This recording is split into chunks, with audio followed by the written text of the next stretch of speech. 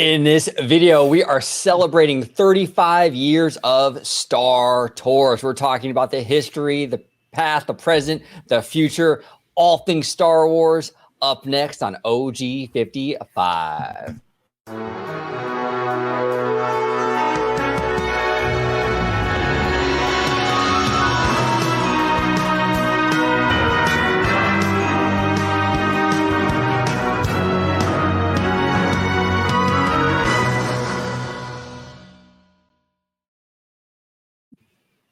May I have your attention, please? Welcome to the show, everybody, on this All-Star Tours edition, celebrating 35 years of this amazing, amazing attraction.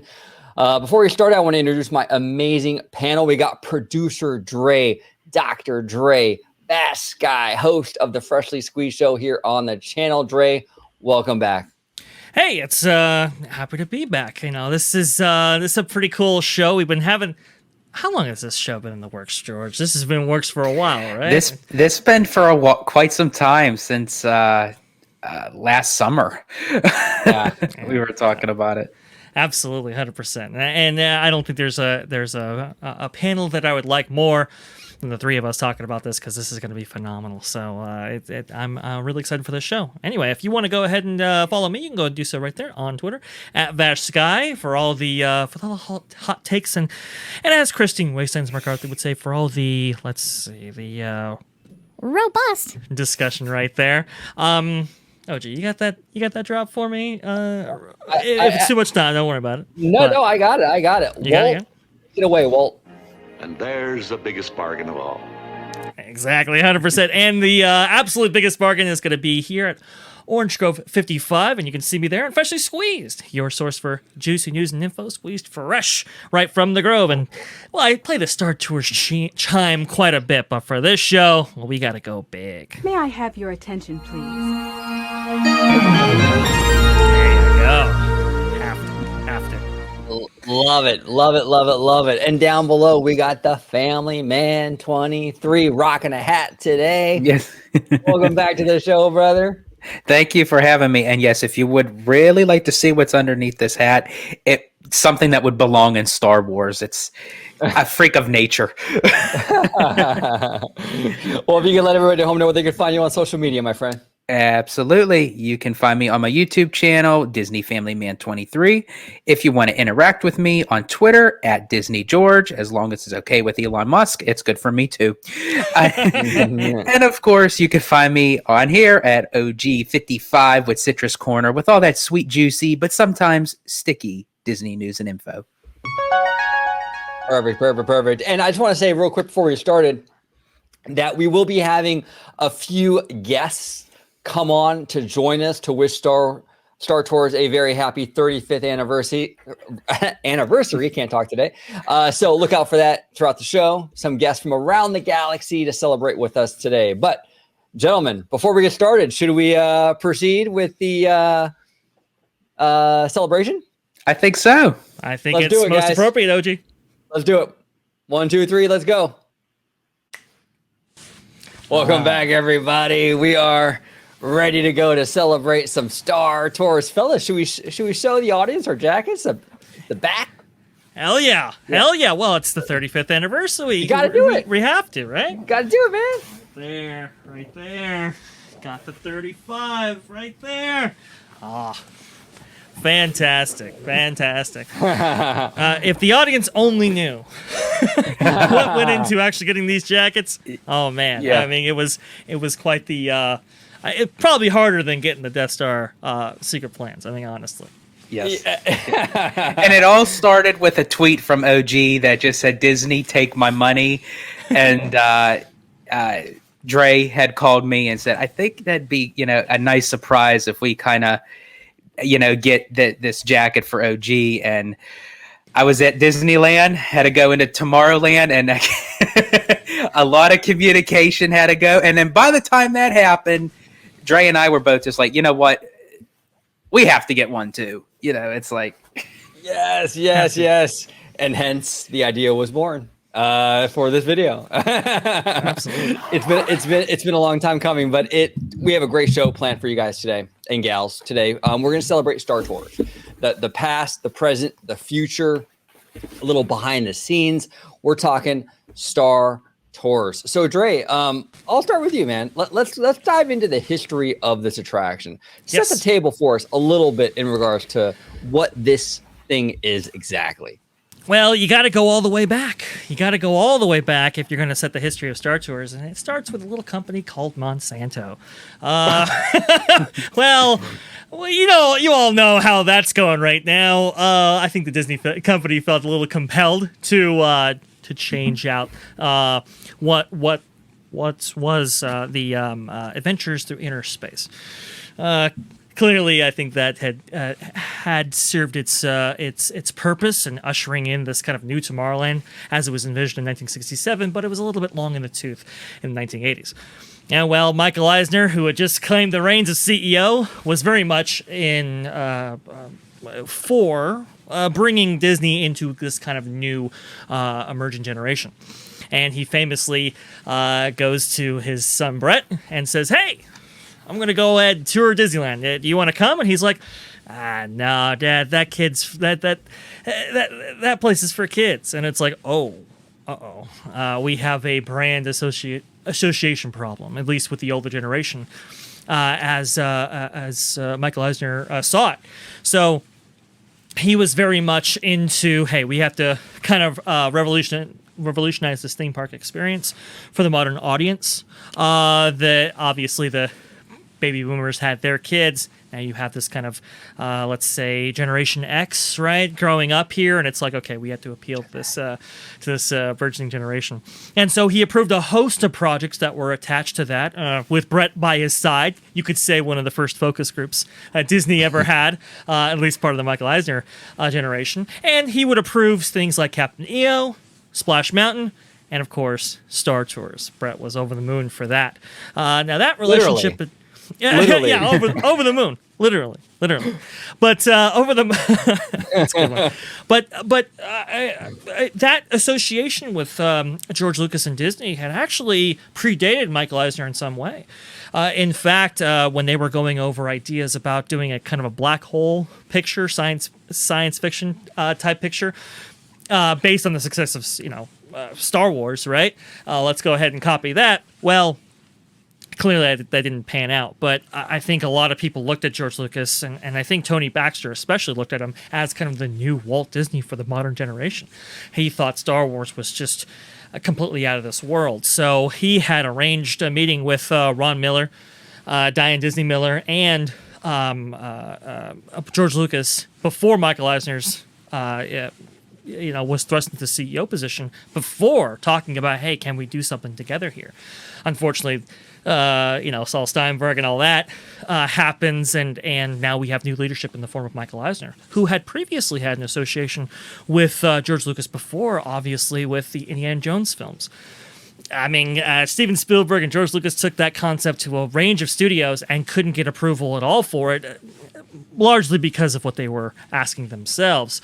Michael Eisner took a big chance, and obviously it became the franchise that we knew today. So he understood George Lucas is the guy. Tony Baxter goes up to him saying, hey, maybe we should do a collaboration with him. And that's kind of how that whole ball gets rolling, which is kind of a fascinating thing that has kind of, it's got some twists and turns. But what do you think about that so far? Well, it's interesting. And here's the thing, too. And this kind of shows that sometimes you have to take big risks to get big rewards, right? Like if Diz Twitter existed back in the 80s, and can you imagine the outrage on Twitter about Disney bringing in outside IP? At the time, Star Wars was an outside IP. I mean, Indiana Jones, a decade or so later, was outside IP. I mean, it would be, the outrage would be through the roof. Disney has never done this before. We've never had someone else's stuff in our park.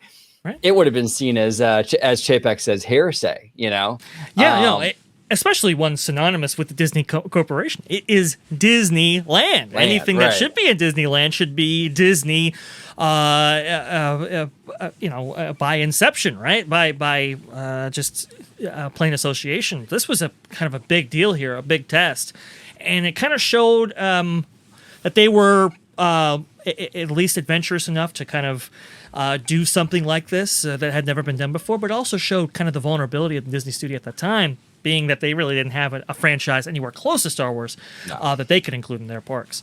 But George, this collaboration between outside content creators, this was a first. Well, and I was just going to say, and that's when Bob Iger made the announcement for Galaxy's Edge. The fans and the people went nuts because it was something that they were so used to because of what Star Tours paved the way to have. Right. Their franchise in the Disney parks. As you guys had mentioned, if Star Tours wasn't part of Disneyland and they had just mentioned Galaxy's Edge out of a whim because they purchased Lucasfilm, Diz Twitter would be in an uproar. It's because it was something that the fans were already used to, but because it was mute within the community, that there was no social media platforms to kind of vent, so to speak, their frustrations, whether it's relevant or not, then, it was a modern day time, but enough where they can kind of get by without needing the drama. Yeah, no, that's interesting. And I was a small child in the 80s, right? And Dre, you touched upon this. Like you said that Disney didn't really have a franchise anywhere close to Star Wars. And you're absolutely correct on that. I mean, as big of a Disney guy that I am now, when I was a kid growing up, like pre-Renaissance era, like I would say 95% of the stuff that I was into as a kid had nothing to do with Disney. The cartoons I watched, I was into like Transformers. I even liked Care Bears. I know, I'm sorry, I did. I like Care Bears. I was into like Transformers and maybe Teenage Mutant Ninja Turtles. Exactly, Ninja Turtles, and it was pretty much everything except what Disney was doing at the time, and Disney was really by the early '80s to right before Eisner took over, Disney was really an irrelevant studio. They were. They weren't the pulp culture phenomenon that they ultimately became later on. They were really dying on the vine at that time. They were. In terms of box office, out of all the studios that were producing major hit films, they were number 12 on the list. They were right, at the bottom of the box office performers, and that had been going on for years. You mentioned Care Bears, and apparently some internal testing showed that people, they wouldn't be caught dead in a Disney film, that's for sure. But that they would more likely go to Care Bears than any of the products that they had on that they were offering at the time. And a lot of cynics actually, they look at Disney and how they weren't really producing product. But a lot of other studios were, and some people suggest that, some of those creative ideas would have never been a thing had Disney been involved or at the same level or scale that they are now. I guess one can argue that, but there was no question. 70% of the Disney company income or revenue generation was coming from their theme park division. It was really, they weren't making almost anything outside of that. So it was quite profound. And Michael Eisner took it upon himself to say, "Hey, look, listen, we cannot be last anymore. We have to be first. Yeah. We have to do away with this kind of what would Walt do mentality that's been kind of hurting us up to this point, and we have to take it into a new age." And really, Star Tours is really a reflection of that in multiple ways. You said it earlier, OG, how this was the first time that an outside IP had even been considered for a Disney park. Also, too, it was a thrill ride for first and foremost, which was also kind of buck the trend of what they were producing at that time, especially with Epcot and so forth that had just recently opened. Again, this is the mid 1980s. So, this was a lot of firsts, and I think to move this story even further, the first pitches with George Lucas trying to find out, what kind of attraction that they would actually come up with, being that it was going to be Star Wars and the expectations were obviously going to be high. A number of proposals actually went through. One was a roller coaster that featured light side, dark side, and guests could choose, which route of that roller coaster that they actually wanted to go. It was a very fascinating concept or idea. It was going to feature lightsaber battles and just all kinds of stuff, right? But I mean the cost and the physical space and so forth, it made it a little bit untenable. And Michael Eisner, he's wanting to kind of rethink the Disney operation quite quickly, and it just would have required a little bit too much development at that time. So the idea was, well, can we take an existing ride system and make a state-of-the-art attraction out of that? And I believe it was both Randy Bright and Mark Eads that had toured some facilities looking for different concepts, and they had found this kind of motion simulator type technology. At that time, it was being used by the military and some others. It was kind of this more niche product at the time. And I remember, hearing about when they toured the facility, and they had to climb into the motion simulator itself and get strapped into this kind of 4-point harness system, and it was a deal. It took like anywhere between 20 minutes to an hour just to kind of get yourself set up. That's crazy. And then finally, you can have your adventure. Obviously, that wasn't going to work for a theme park setting, but I think. The potential was absolutely there, and that's where they forwarded, hey, maybe we should look at this instead. And so that's kind of how they get going on the motion simulator type technology. But it was still like, okay, well, what are we going to have for the film footage of this new burgeoning technology? And so they kind of have this idea of like, oh, well, we can feature, like, we can film like a Jedi battle, and we can film this, we can film that. But it's like, wait a minute, this is supposed to be like a cockpit type view. I don't think the traditional stuff that you normally would associate with Star Wars, it might not work here. We might have to go, we might have to think of this differently. And credit to George Lucas, himself. He really kind of got the ball rolling in terms of, okay, I think this is how this could work. It would be like this kind of POV type camera system that you would follow along. He had done some of that with the actual original Star Wars, with the trench run and so forth. So, obviously, not only is that included, but that's kind of the jumping off point for kind of getting the system down and how this would all work, because nobody had really done anything like this before. This was state of the art. This was brand new, and it's a kind of a fascinating story to go through. Even some of the previous concepts, they were thinking, okay, well, maybe it could be like a star bus, and we could do tours of planets, and like Dagobah, for example, right? Right. Where you go down and you go underwater, and this can simulate water very, very well, and so forth.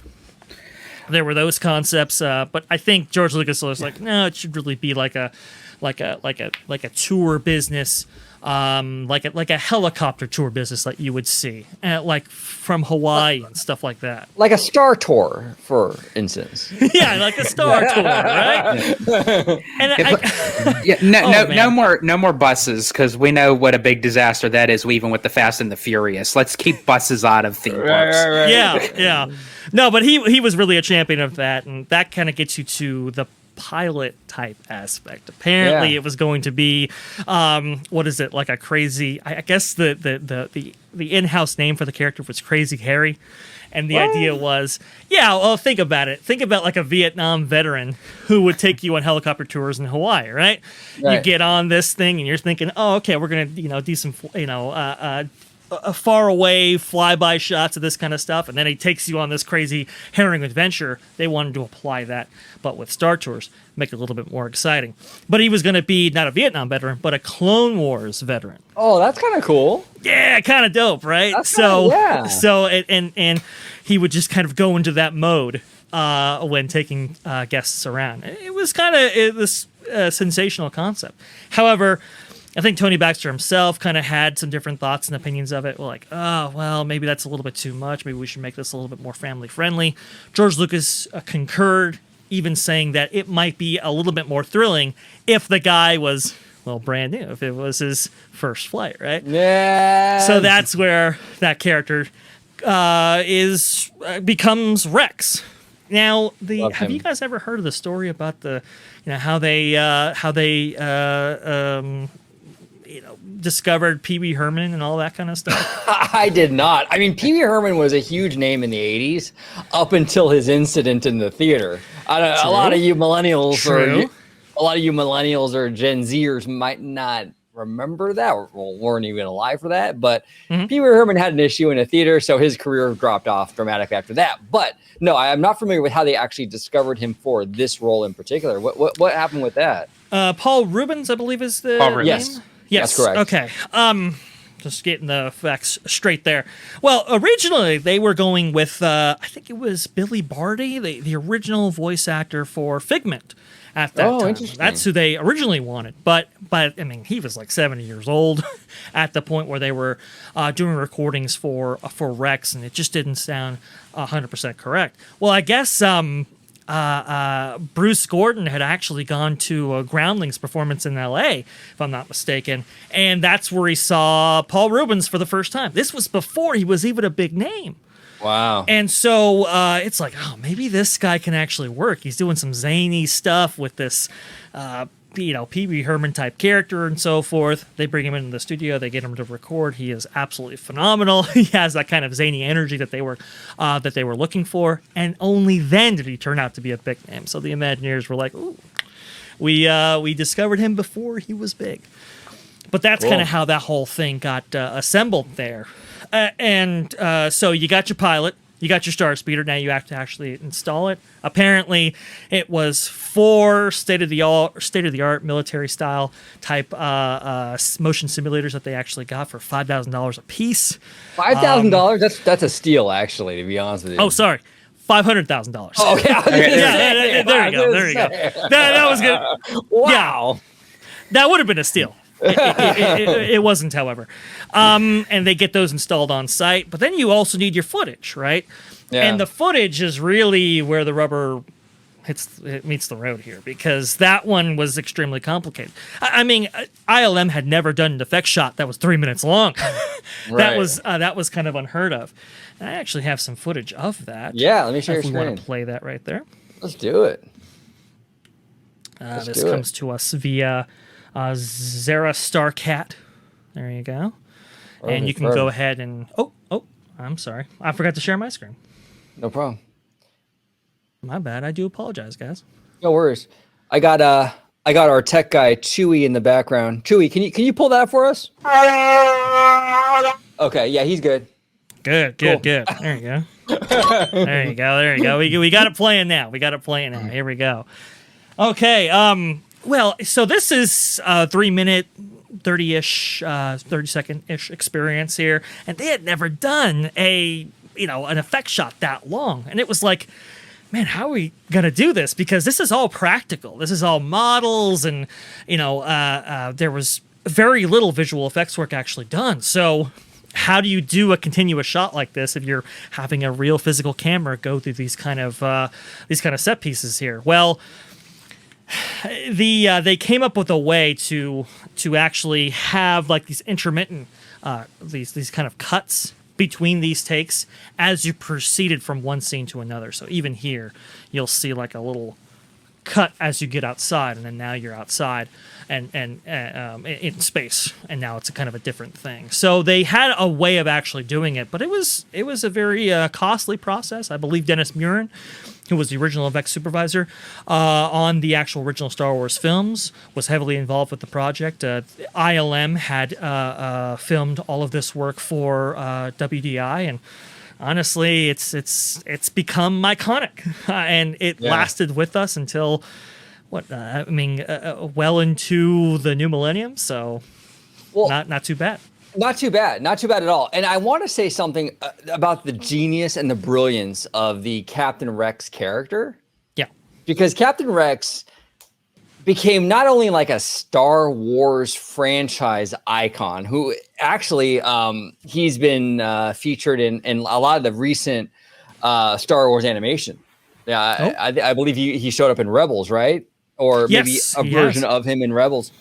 So he's became like a Star Wars icon in and of himself, with the franchise. But not only has he accomplished that, but he's also a Disney parks icon, much like Madame Leota or any other character in the Disney park. So this Rex character is really, really, really special. I really love this little guy. I do. And then the fact that was so brilliant when the Imagineers decided, okay, he got fired or whatever from his job at Star Tours. Now we're going to move him over to Oga's Cantina. He's got a new job now. He's going to be DJing. Yeah. He glitches out, while DJing, and he repeats the Star Tours lines. I mean, the Captain Rex character is just, it's just great. I mean, they've made so many great decisions with that character over the years, and including the Oga's Cantina thing. And I don't know. I'm just in love. I absolutely love him. Now, in terms of the actual attraction, like you mentioned, like the ride tech and everything, Dre, this was really Star Tours changed the game for theme parks in so many ways, with the simulator kind of thing. A lot of stuff now. I mean, even the attraction that we're looking forward to in Avengers Campus, this multiverse attraction, is most likely going to be some form of a simulator, like stuff coming out years from now. I mean, we're much removed from the mid to late 80s, and we're still feeling the effects of Star Tours. It's incredible. It's insane. And obviously, I mean, just when this opens, it inspires an attraction right off the bat with Back to the Future, right? And that's what really kind of got Universal themselves into creating standalone attraction type product. It's fascinating. George, I do apologize. Go ahead. No, you're good. And I mean, even look at the grand opening of this attraction. I mean, when you look at that back to in 1977 when the first film came out, there really wasn't too much of a difference there. It looked like a Hollywood red carpet premiere for this attraction at Disneyland. I mean, it was like very unique. Oh, I should have probably gotten that footage actually, because if nobody's seen it, let me see if I can get it actually. Because it's fantastic. While you look for that footage, I'm actually getting a transmission from one of our guests who wants to wish Star Tours a happy 35th anniversary. So while you look for that, Dre, I'm going to go ahead and play the transmission from our guest, and we'll be right back.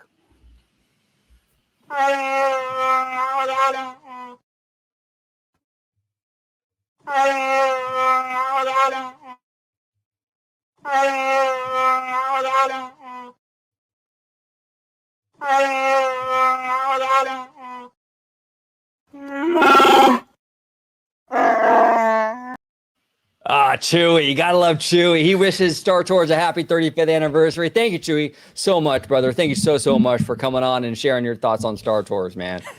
I guess Wookiees really love strong drink. They do, yeah. He and I didn't even know they had Modelo over there in the galaxy. Apparently they do, and I guess Chewy loves it. So that's fantastic. That's fantastic. Apparently they have a Coca-Cola, so I guess it does make sense that they would have some other Earthbound drinks here.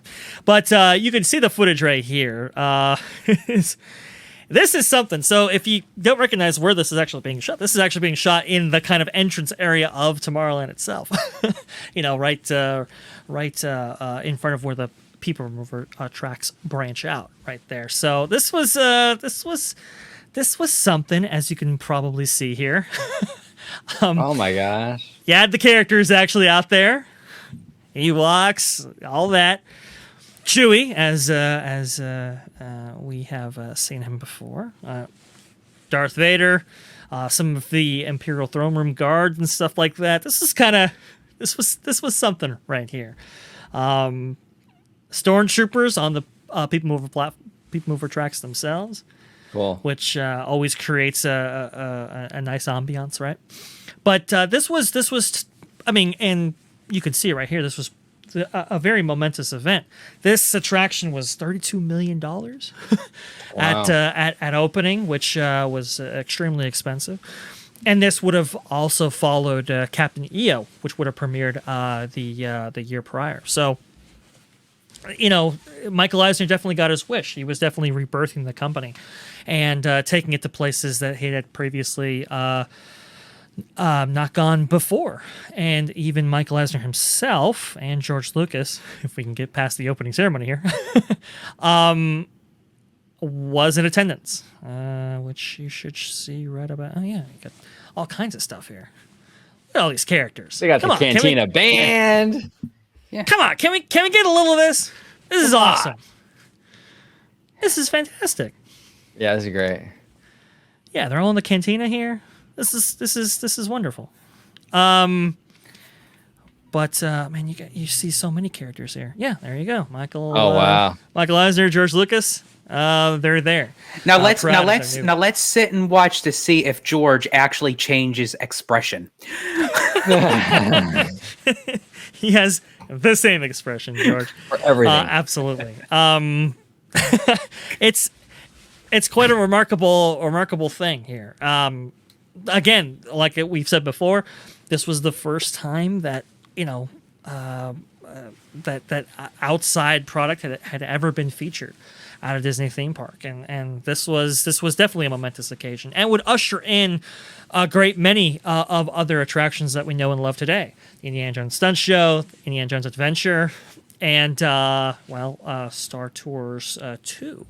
But before we get to that, I just want to play a little bit of audio here to get George Lucas's comments on how he felt about the Star Tours type experience. First time I ever wrote it, and it was a very crude. It was the first time we got the whole thing put together and all the pieces there, and a little tiny video monitor operating it.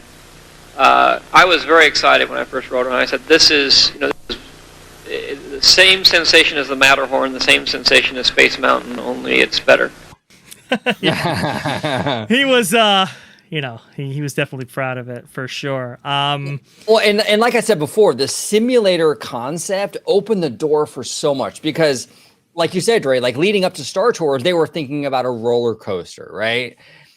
But once they got this technology, which they borrowed from the military, I guess, or NASA. Yes, yeah, it was used for military application before then. So this was a burgeoning new technology, and there were ideas about putting it into theme park use before, but nobody had done it nobody ever conceived it on the scale. Well, yeah, and once they got that concept, once they got that technology, it opened the door for all kinds of stuff. Now you can do space exploration. Now you can do an attraction like we're going to get with the Avengers, with the multiverse, and swapping out characters and being much more fluid, in what you see. It's not a static audio animatronic anymore. You can swap these scenes out on a whim. And with any new movie that comes out. So Star Tours was really, really revolutionary in that regard. I mean, it's just absolutely crazy. It's crazy how much impact this ride has had. And we can go ahead and play some of that footage. That footage of this technology actually working right here. Yeah, let's do it. I think this is fascinating right here. You can see just how this works. Now, again, this is the Paris version, which now Michael Eisner, interestingly enough, one of the reasons why it starts out and ends the way it does in this kind of orbital spaceport, it was originally going to take, like the shuttles were going to take off from Disneyland themselves and then come right on back. The reason that they don't was because Michael Eisner felt that this could be a franchise attraction that they could bring around all over the world, not just Disneyland itself, but Walt Disney World, Disneyland Paris, Tokyo, and so forth. So again, this was something they were really proud on, but that's why you have this kind of this bookend intro and conclusion that doesn't quite take place in a theme park setting that you would maybe normally associate. So it's quite fascinating. But you can see the range of motion here: 35 degrees, X, Y, and Z axis. Pretty crazy stuff. It's wild, and it's funny. Like as a kid, like I always had this idea in my head that like this was just like a theater, and maybe you went off the ground like maybe a foot, maybe 2 feet, kind of like Honey, I Shrunk the Audience, right? When the floor moved. I thought Star Tours was set up like that. When I watched these behind the scenes videos of the actual footage of these simulators, I mean, look how high off the ground this thing is. I mean, that is honestly way. Wow, that is way higher than I expected it to be. To be honest, it's actually a lot scarier than I expected. It actually gives you that look of it being a miniature at. Oh, it's cool. Yeah, look at this thing, man. I mean, you're really up there. It is wild to be suspended that high, and you're only supported by what is it? 6 actuators.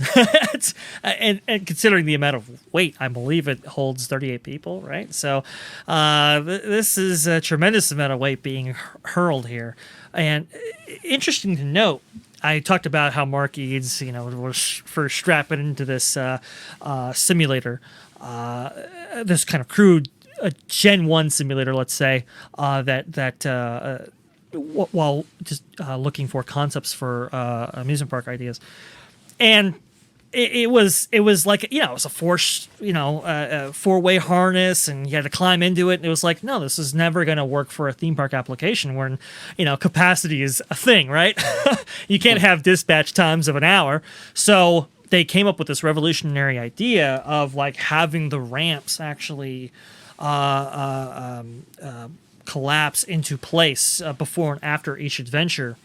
And based on how much they actually, utilize the motion simulator to the extent that they did, it has much more range of motion than even they themselves used. And that way, they didn't have to provide the 4-point harness, right? They could just have a seatbelt type of configuration, and you go forward there. But that collapsible ramp type setup, I mean, that was a fantastic way of actually doing it, and I believe it won an award just for that innovation award alone. So it was quite sensational.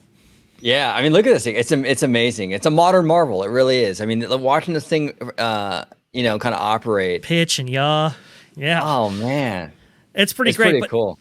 There was also, the Star Speeders themselves weren't the only thing that was, lit the fire of some of these creators here. In fact, when WDI actually toured the Lucasfilm grounds to get ideas and concepts for this show here, they were actually able to get their hands on one of the original C-3PO costumes and R2-D2 figures, which was pretty cool. And they were actually to be featured in the queue of the attraction, which I believe for the first at least 3 years they were. So they were actually able to outfit R2-D2 as an audio animatronic, and along with C-3PO. I guess, who is it? Anthony Daniels, who actually plays C-3PO in the actual movies, who they wanted to do consulting work with. He originally looked at the original figure and said, "Oh, it's a little, it's too tall, and it was like an inch too high." So they shaved off a little bit there, and that's how they were able to get his work. And they would program around his kind of robotic movements and so forth. So you're basically getting an Anthony Daniels performance when you actually go through that Star Tours queue. In fact, you're getting the actual suit that was used from the Star Wars films, and you're getting real gold. Apparently, they did gold plate the entire thing, $16,000. Wow! So they were committed to that quality for sure. And that's the one at Disneyland, right? Just to clarify. Yes, at Disneyland, yeah. And I believe it's still there, but I'm sure somebody might fact check me on that. But they did do that tremendous process for the opening for sure. Any thoughts, George, on that? I mean, it doesn't surprise me, because I think back in those days, Disney really focused on how much something costs, but they kind of stretched it out a bit where they can utilize something that was used in the film. And nowadays I would really like for them to kind of get back in those ways. But I think it's really cool because I mean, especially when speaking about C-3PO, is Anthony Daniels. That is the only person who has ever performed as C-3PO in all of the films. So when you look at C-3PO, if you're a diehard fan, you automatically think of Daniels. So to actually get that precise movement and precision of the character that he brought to C-3PO into an attraction at a theme park, I think is remarkable. Indeed it was. The Imagineers all got into it. Tom Fitzgerald, Tony Baxter, everybody, huge fans of the Star Wars universe. So they bring a version of a Star Wars attraction to life in a Disney theme park. I mean, this was a dream come true for a lot of people who have worked on it.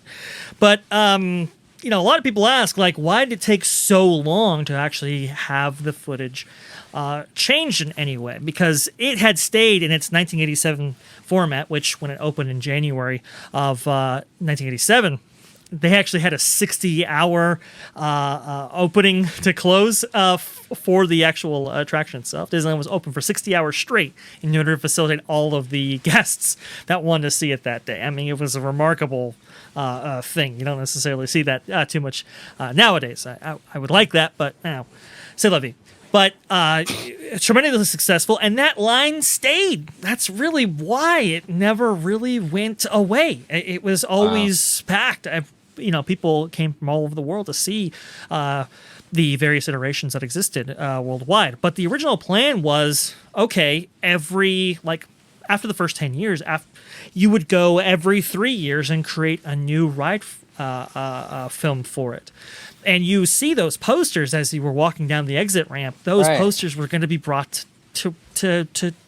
They were going to be brought to the attraction themselves. You were originally going to go to, I think, Dagobah, Tatooine, Hoth, and let me see. And yeah, I guess they were going to keep the original Endor version as well. So, and every single one of those Star Speeders would have had their own film that you would, that was kind of how they were going to randomize it, right? Hopefully you would get assigned to a new Star Speeder every single time. So it was awesome. It was quite a cool thing, but unfortunately it never came to pass.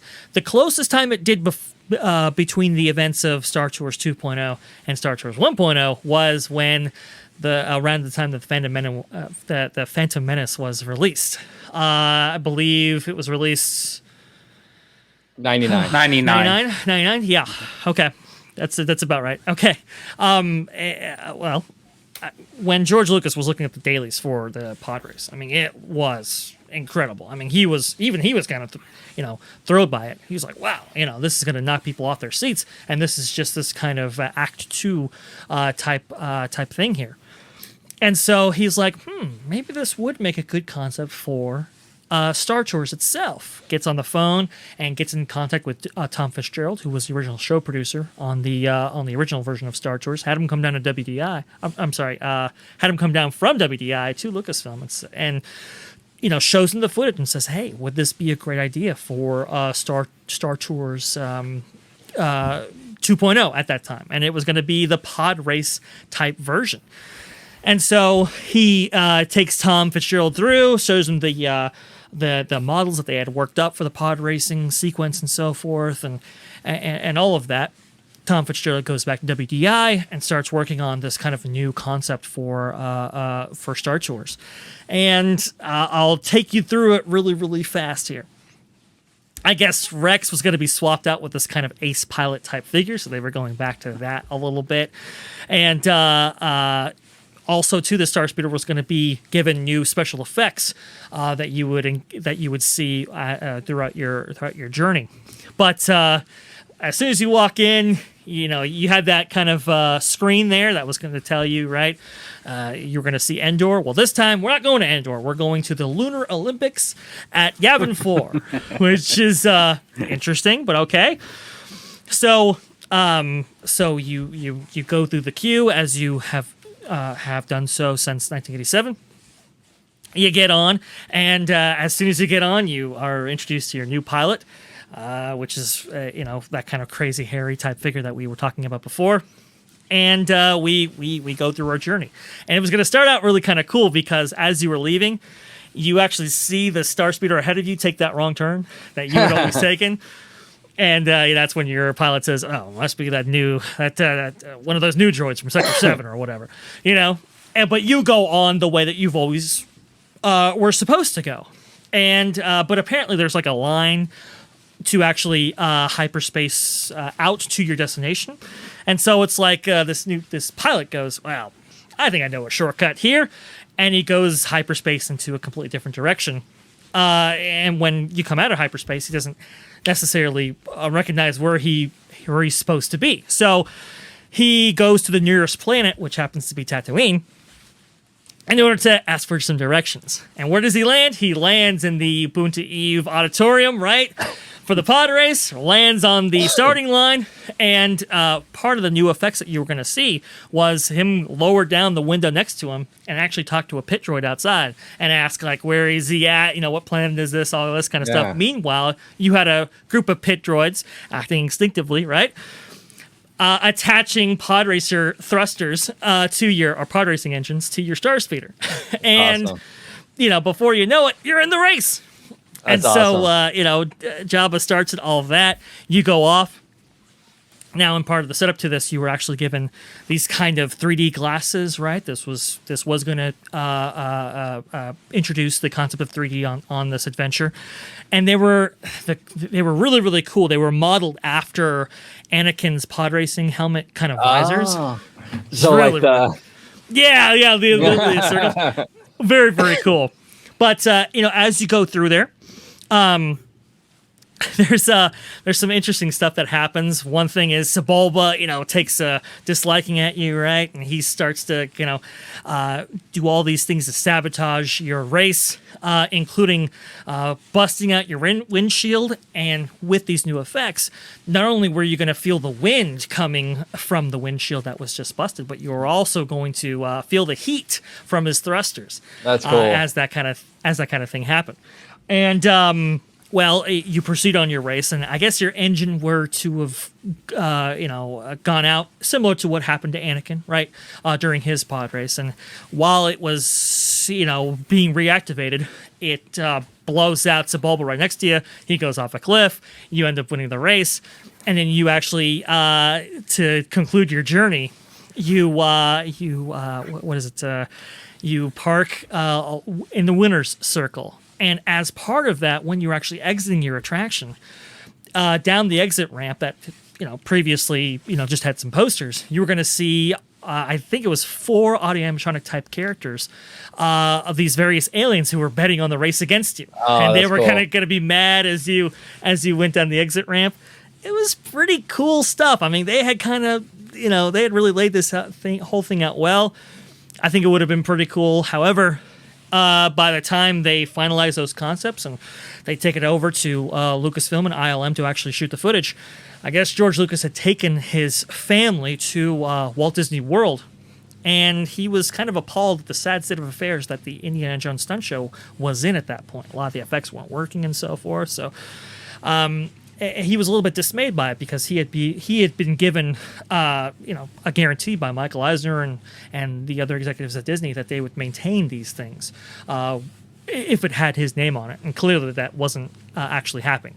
Turns out that those instincts probably served him well, because I think it was months later, Roy Disney would start his Save Disney campaign, and that's how you get into the transition from the Michael Eisner era to the Bob Iger era.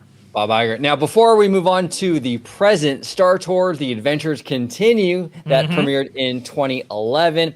I'm getting another transmission, and this is from our friend, actually, J049.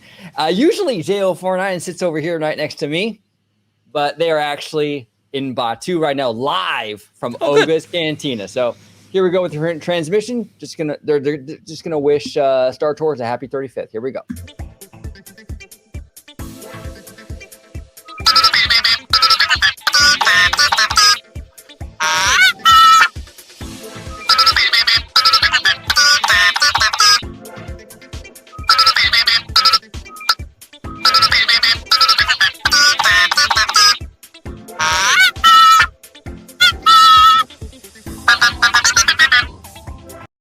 All right. That's great to hear from J049. I am glad that you are having a fantastic time over in Batu, Oga's Cantina.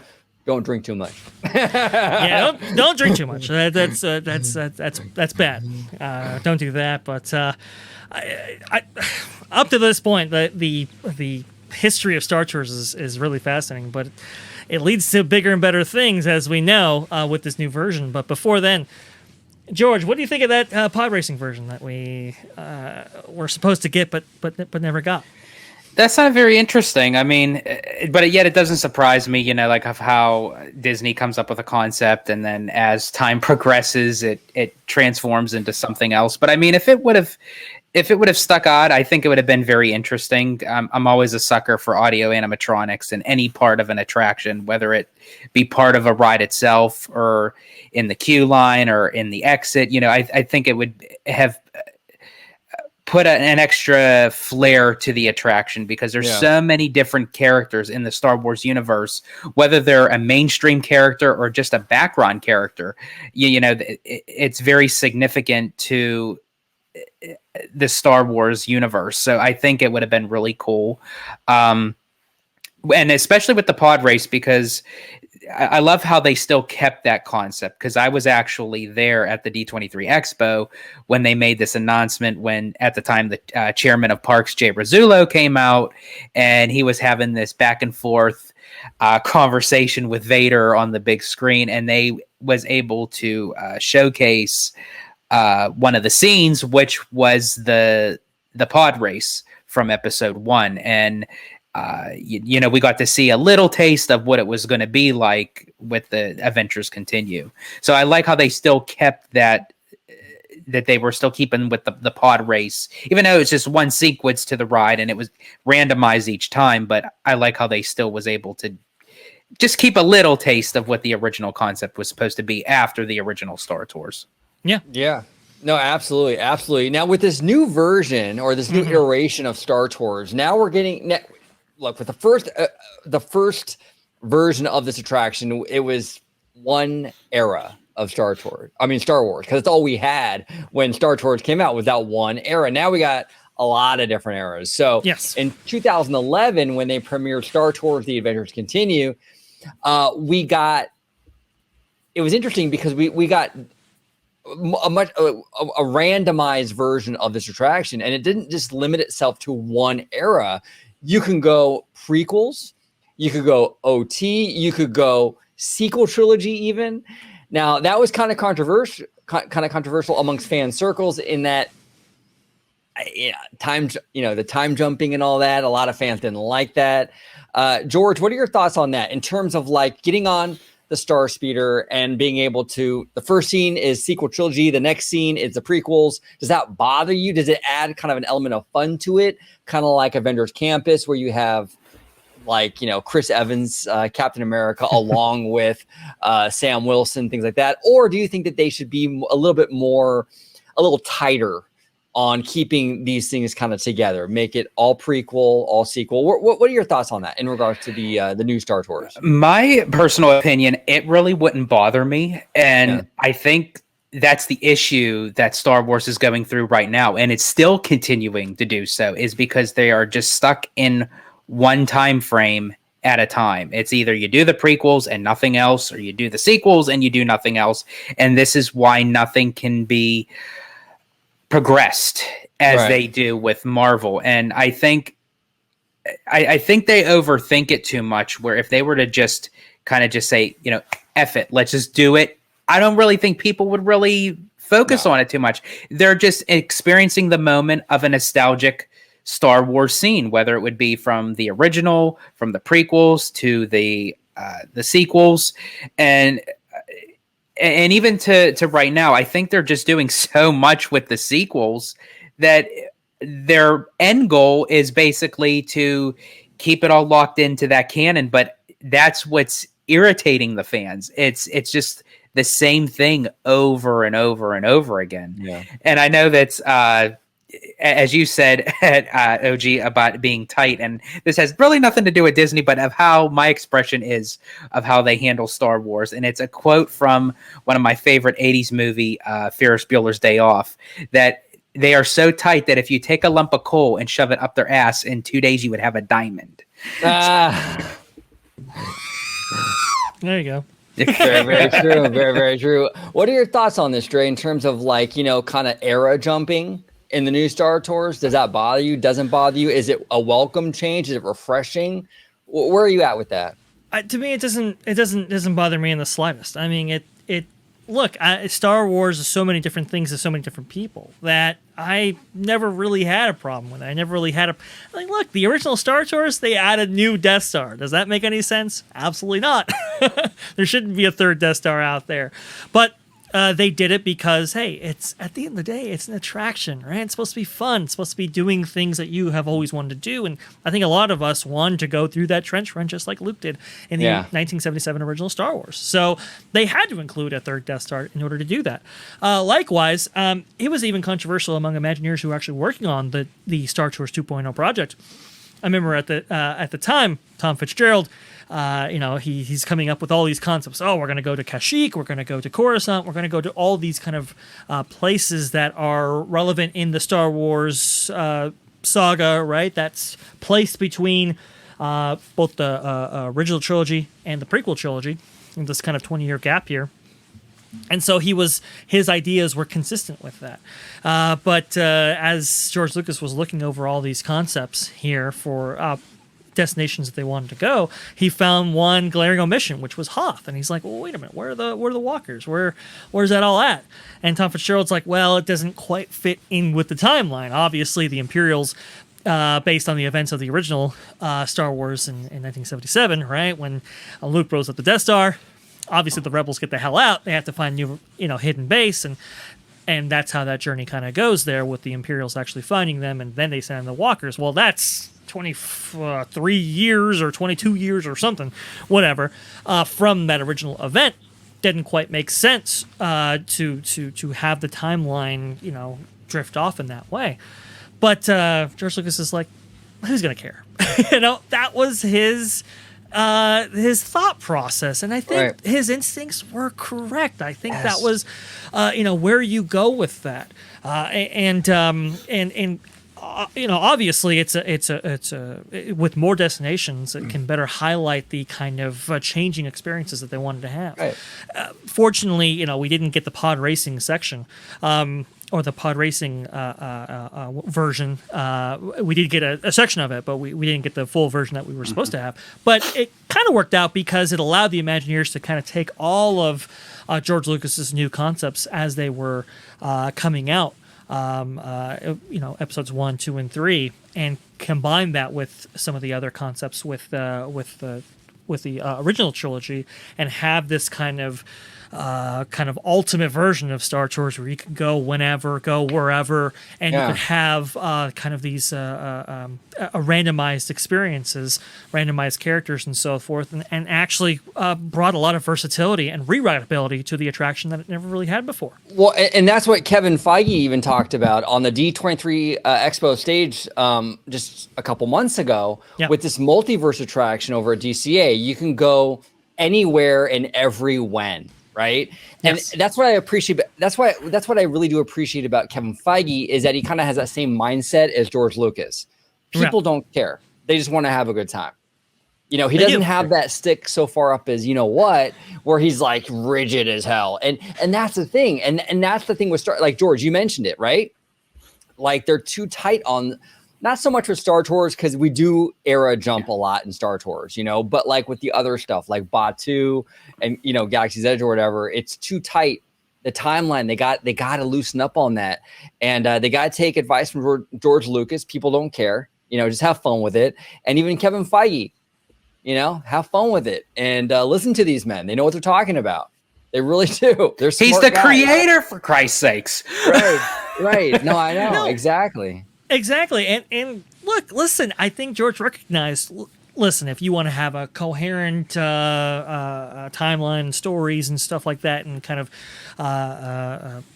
media,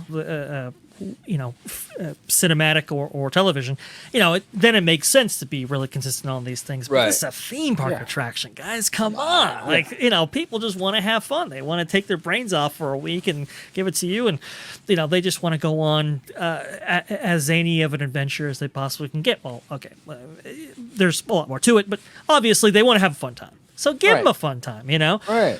And it's interesting. I mean, it was pretty ambitious at that time to have like a this kind of simulator attraction be kind of randomized in that way.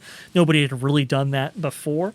But Tom Fitzgerald, I remember the story that he used to he would tell, going over how the rebel spy would get actually selected, because that was pretty revolutionary for that time. It was like, okay, if we had a camera and we could point it into the guest's cabin and take a photo of the guest, can we have that on the screen before this adventure actually takes off? And it was like, oh, okay, maybe we can do something there. And it's like, okay, we got it.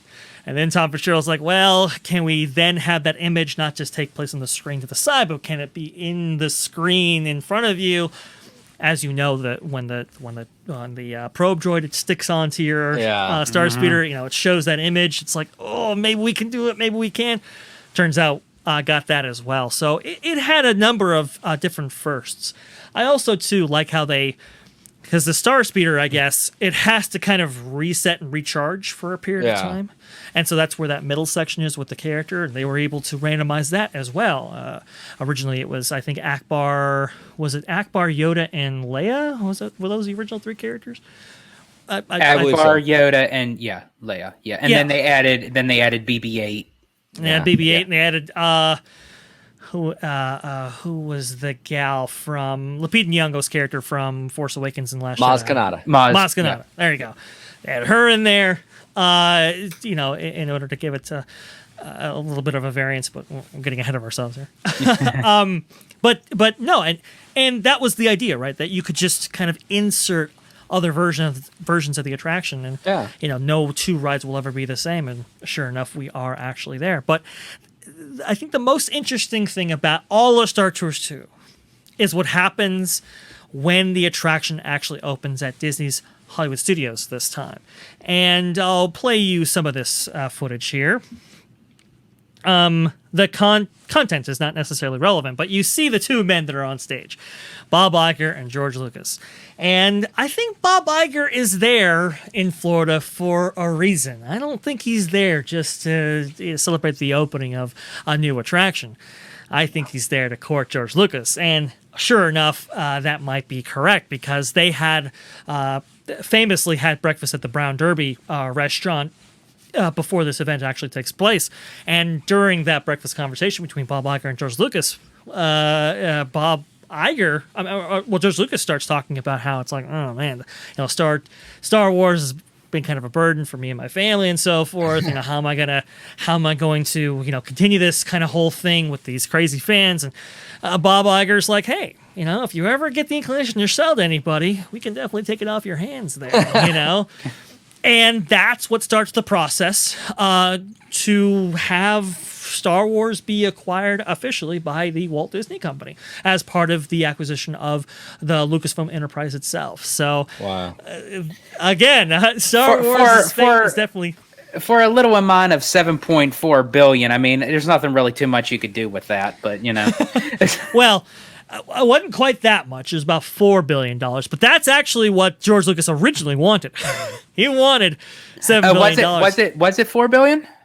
It was $4 billion. So famously, George Lucas, he wants the Pixar deal that he was given, right? That's right. That's what it was. I guess the company, the company accountants they didn't feel the valuation was necessarily there for that much money. I mean, Pixar was a powerhouse studio at the time. It made sense to pay that much, maybe even more, to acquire that franchise, that studio, the franchises, and the and obviously the artists who were associated with that. Lucasfilm couldn't quite say the same, and so he settled for basically the Marvel deal. So it was structured and the amounts were very similar. So it was about $4 billion there. But George, to your point, he wanted it. He just wasn't going to get it. Yeah, and it's interesting. We've talked about it many times before, but Bob Iger, you never really see Bob Iger in the parks unless there's a reason for it, unless there's an opportunity. right? Absolutely. Yep. Right? Yeah, that's what I'm saying, right? That's what I'm saying. I always felt it was kind of strange. It was like, that's interesting how he would actually go all the way to Florida to attend this big opening ceremony for a Floridian version of this attraction. He didn't really do that in any other instance, but definitely did it here, and I thought that was quite interesting. And hey, Star Wars' own fate is definitely intertwined with the fate of Star Tours. That is for sure.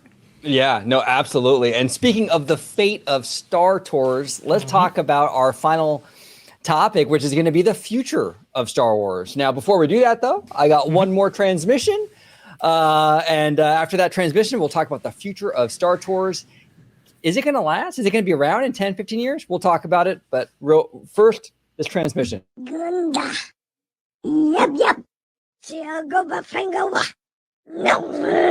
Noopa. Oh.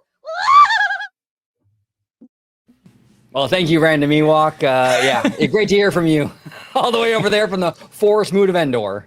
It's funny, that was also another concept that they had envisioned for Star Tours 1.0 back in the day. They were like, let's go on a Star Speeder type adventure. Well, it didn't quite pan out, but they were able to get it in Star Tours 2.0, which brings us to, the modern era with Star Tours under Star Wars under Disney. Yep. So, Dre, I want to ask you, I'm going to start with you. Okay, so now we're over a decade now removed from Star Tours The Adventures Continue, the Star Tours 2, as they call it. Right. We have Galaxy's Edge now. Mm-hmm. Is there a need at this point to have Star Tours when you have these big, massive lands now dedicated to this franchise? Do we need Star Tours? Is Star Tours still a viable thing going forward? What are your thoughts on that? Well, look, there are a number of Imagineers who felt that whatever they built with Galaxy's Edge shouldn't be so time limited. I know it's kind of crazy to think about because the Imagineers are apparently dead set on time limiting that whole thing. But there are Imagineers who were like, maybe we shouldn't necessarily do that. I mean, among those, there are some who feel that Rise of Resistance should have been based on the original trilogy with Luke Skywalker, Han Solo, and Leia, rather than Rey, Finn, and Poe. But that's a whole other kind of can of worms right there. But the way Disney has gone about it, they say, hey, look, for the characters and so forth that we are introducing as part of Disney Plus or the new trilogy, those can be incorporated in Star Wars Galaxy's Edge, whereas the classic stories and characters and maybe some offshoots into that new trilogy can be found at Star Tours. And look, in my opinion, as long as Star Wars Galaxy's Edge is going to be as limited in terms of the timeline as it is, I think Star Tours absolutely has a home because there's really only one attraction still that you can go to see some of the classic stories and iconic locations from Star Wars' past in both the original and prequel trilogies. Now, I wonder how long that's going to be, though, because we're starting to see a loosening a little bit of that timeline with Mando and Grogu coming to Galaxy's Edge. We see Boba Fett in Galaxy's Edge. So I'm very curious because, I've heard that too, Dre, where they want to have Star Tours for kind of like everything except the sequel trilogy timeline. And then Batu is the sequel. Star Wars future kind of thing. Yeah, but now that's even kind of changing. So I'm wondering, what do you think, George? Well, there's two different sides to my opinion. No, not to my opinion, but I have my opinion. And then you have the thoughts of WDI. Right. In my opinion, it's keep Star Tours because, as Dre was saying, it's the one and only attraction where you can have a little bit of everything in the Star Wars universe. But now thinking of an Imagineer and the Walt Disney Company, the route that they're going and how they have Galaxy's Edge, is it going to be feasible moving forward? Because you can't really think of just right now. You have to think 5, 10, 15, 20 years down the road.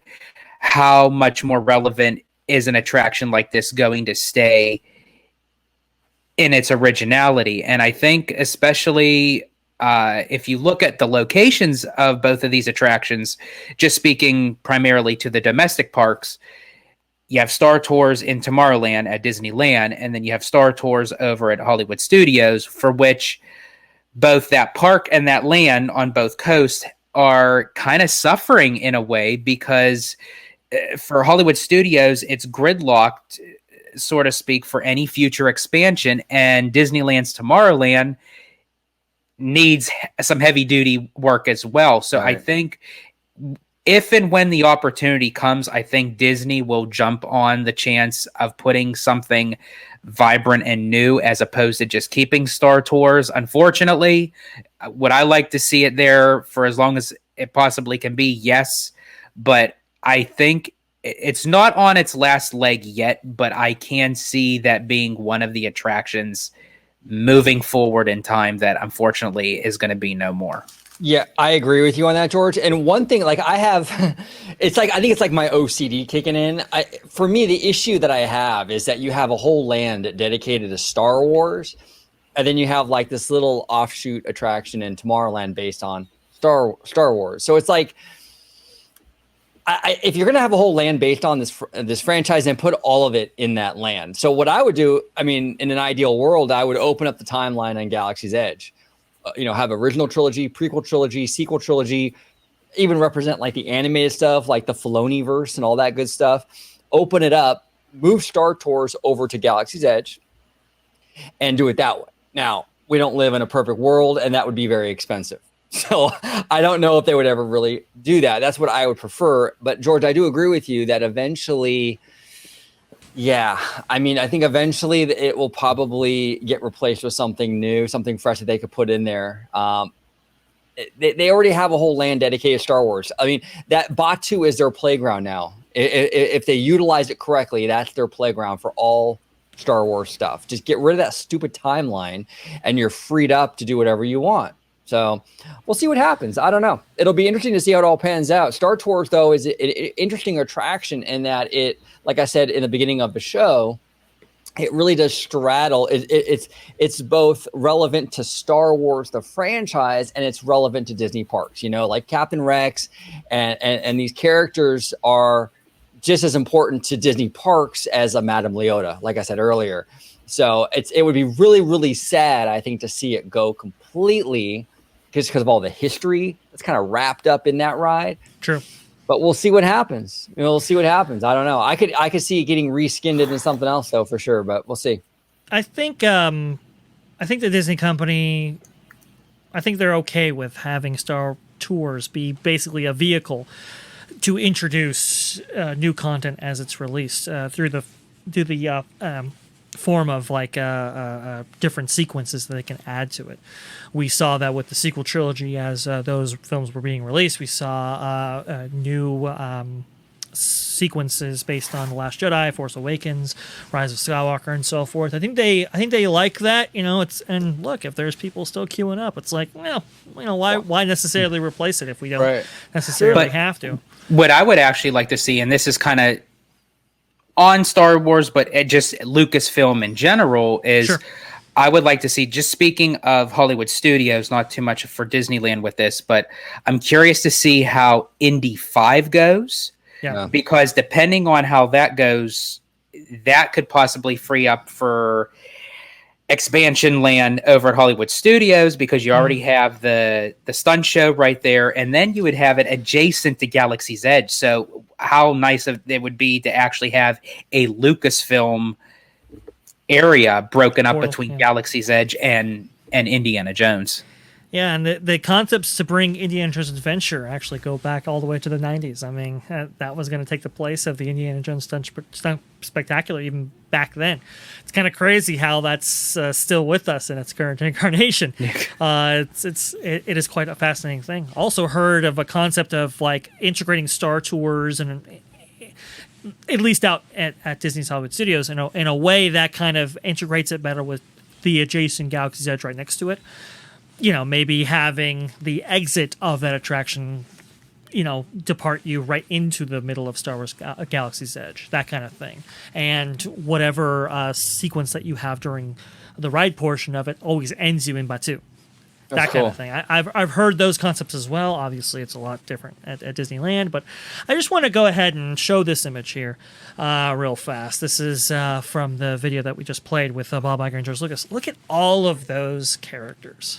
it's kind of crazy to think about how this would be one of the last times that we would see all of these characters actually make their way into a theme park setting. Right. And it just boggles my mind. Disney used to do this all the time, and Star Wars weekends. Star Yes, Wars Star weekends. Wars I mean, weekends and that so forth. was, and then you'd have the Jedi Training Academy where they would actually have Vader and Darth Maul out at the same time, and it was two completely different time zones. I think what happened was honestly Wizarding World. I think that changed the perception of these lands to be these ultra immersive, like you're going into this time period. We want to give you this really fully realized, realistic experience where it's not like we're not just going to throw a hodgepodge of characters. Like right here, you see Anakin and Ahsoka to the right, mixed with like original trilogy and Boba Fett. And all. Like, I think the idea was we want to do like a Wizarding World where you go in and it's like this, like you're living the franchise, you're living that era, you're stepping into the movie, as opposed to kind of just having like this hodgepodge. Now, I personally find this more fun. I would, like I said just a few minutes ago, I would love to have, look at that, Ahsoka and Anakin. Oh my God, I would love to see them in Galaxy's Edge. Absolutely love it. I think Disney, while I think some of the Hollywood studio stuff was a little too silly and kind of goofy with like the twerking Boba Fett and stuff, I didn't like any of that stuff. They don't have to go that far with having fun. Okay. I don't want to go that far again, but at the same time, don't be so prude and like stuck and like rigid where you take all the fun and life out of the thing. There's a happy medium. And I think Star Tours of 87 is that happy medium. Follow that model, that fun, light. It doesn't take itself too seriously, but it's still consistent with the franchise. You can do this stuff. I don't know. I just think there's a better way to do it. You don't want to get too serious, they get too wrapped up in like their own little thing, and it takes all the fun out of it. I mean, I don't even think Harry Potter's that rigid with the timeline. Now I'd have to talk to some Harry Potter experts. Maybe give Ashton the Slytherin a call and some of the other people that I know in the Harry Potter, fandom to consult with. But I mean, even they I don't see Harry Potter fans coming out of there and saying, "Oh man, I wish this." Certain character was featured, or this this thing was from the films was there. I mean, it's all kind of present. Obviously, it's a little bit broken up in out there in Florida between the original Wizarding World and Diagon Alley and all that kind of stuff. But a lot of that is represented there. I think you're right. I think they did have this kind of hyper immersive type notion that they went in with this project, and unfortunately it kind of has sucked a little bit of the fun out of it. And look, I do agree with you, they went a little bit too far back then, but we can do some of the stuff, right? We can integrate and incorporate some of these characters and loosen up a little bit. I think it would be it would make Star Wars Galaxy's Edge into the success that I think people really perceived that it would be, but never quite necessarily achieved. And that goes as well with the future conversation that we're going to have surrounding the Star Wars Galactic Star Cruiser. That's a whole whole other thing.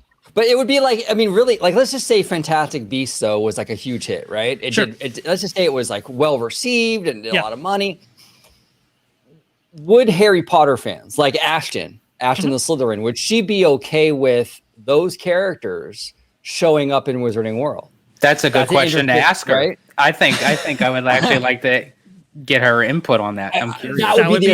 That would be the equivalent, kind of, Epic Universe, apparently, the original version of the Harry Potter type attractions that they were going to have as part of that park was supposed to be Fantastic Beasts based.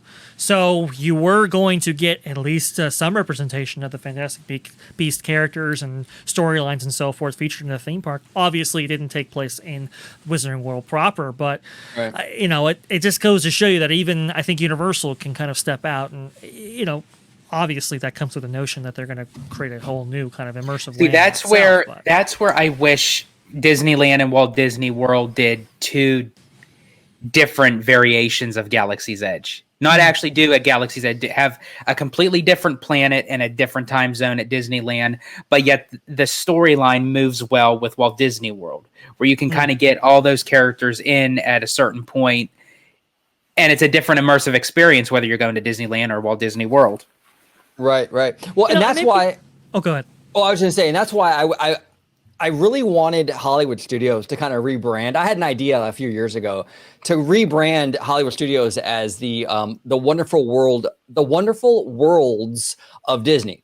And like you touched upon earlier, George, like have a whole Lucasfilm land. So you can have multiple Star Wars lands from different eras, have an Indiana Jones land, have a whole area dedicated to Marvel, you know, obviously within the parameters of that contract in Florida, have a whole area dedicated to Pixar, but the park would be essentially dedicated, be a love letter to all the different studios of the Walt Disney Company. I think it'd be a great rebranding for the park, and I think it'd be a great opportunity for Star Wars, because then you can have your OT land. You can even have a little prequel thing, or, you know what I'm saying? You can kind of do all that stuff. But go ahead, Dre, I do apologize, sir. No, you could do. I think that's a great concept and idea, and honestly, that's kind of where they were going. I like the Wonderful World of Disney, though. That's a great kind of branding thing that I don't think Disney themselves even quite capitalized on. And you can have that one for free, Disney. There you go. But I don't charge anything. I don't charge anything. But if you want to send me Disney any kind of money for that idea, DM me and I'll give you my Venmo. Hey, there you go. Perfect. Right? We can just buy the rights off there. NDA. We're good. We'll take this video offline. It's fine. But no, I think that could absolutely work. Also, too, you could do the Universal thing, right? Where you could have, hey, this is Star Wars Galaxy's Edge. This is Batuu, right? Represented here. But maybe in Animal Kingdom, you do an Endor, or you do kind of the Fields of Naboo. Something that fits in more in line with that story. Kashyyyk would be a great place as well to explore there. Maybe as part of the new park, the third gate, let's say, for Disneyland Resort, maybe you go to somewhere else as well. And you could have kind of these different variations, not just within those resorts, but all over the world.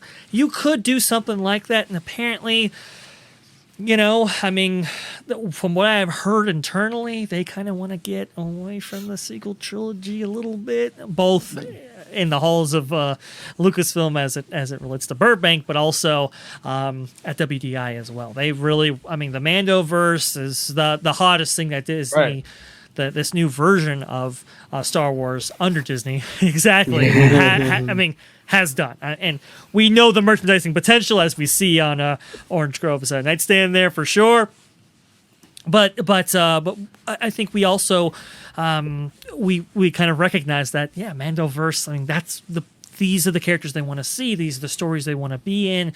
This is the place they kind of want to go. And I had heard a concept to rebrand Galaxy's Edge around the Mandoverse stuff. They were going to have Cara Dune be the mayor and all this kind of stuff. Mando and Grogu obviously would have found their way there as well. But then you could have like the story reason for characters like Boba Fett and so forth, Fennec Shand to be involved. So there were some concepts there. Just, you know, one 2020 happened, and I put a lot of that on ice.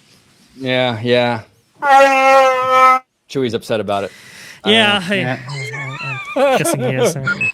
He's upset about it as well. Not so great. I want to thank you guys so much today for joining me on this Star Tours celebration video. 35 years of this amazing attraction, and it really has revolutionized not just Disney parks, but just theme parks in general. It's been a big deal, even in like the Star Wars franchise itself. It's done really amazing things. But we're gonna go ahead and close it out. Dre, if you can let everybody home know where they can find you on social media, my friend. Yes. Well, you can go ahead and find me at VashGuy on Twitter. It's right down there, just like it's spelled.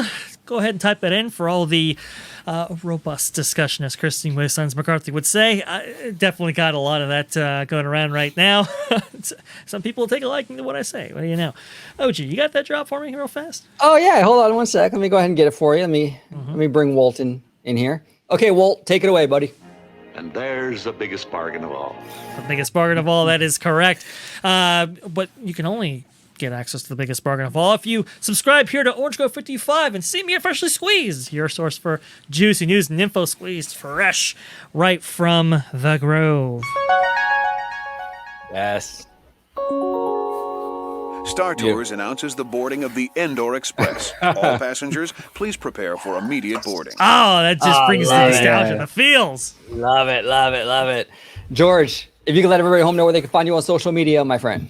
Absolutely. You can find me on my YouTube channel, Disney Family Man 23. If you want to interact with me on Twitter, at Disney George.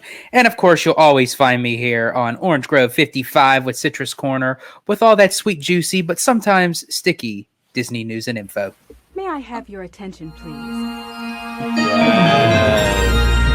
Yeah, it's beautiful. I love it. I love it.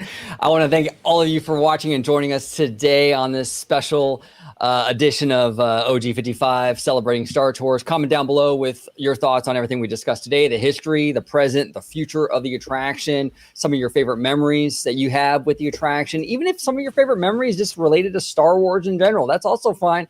Comment down below. And as always, may the Force be with you.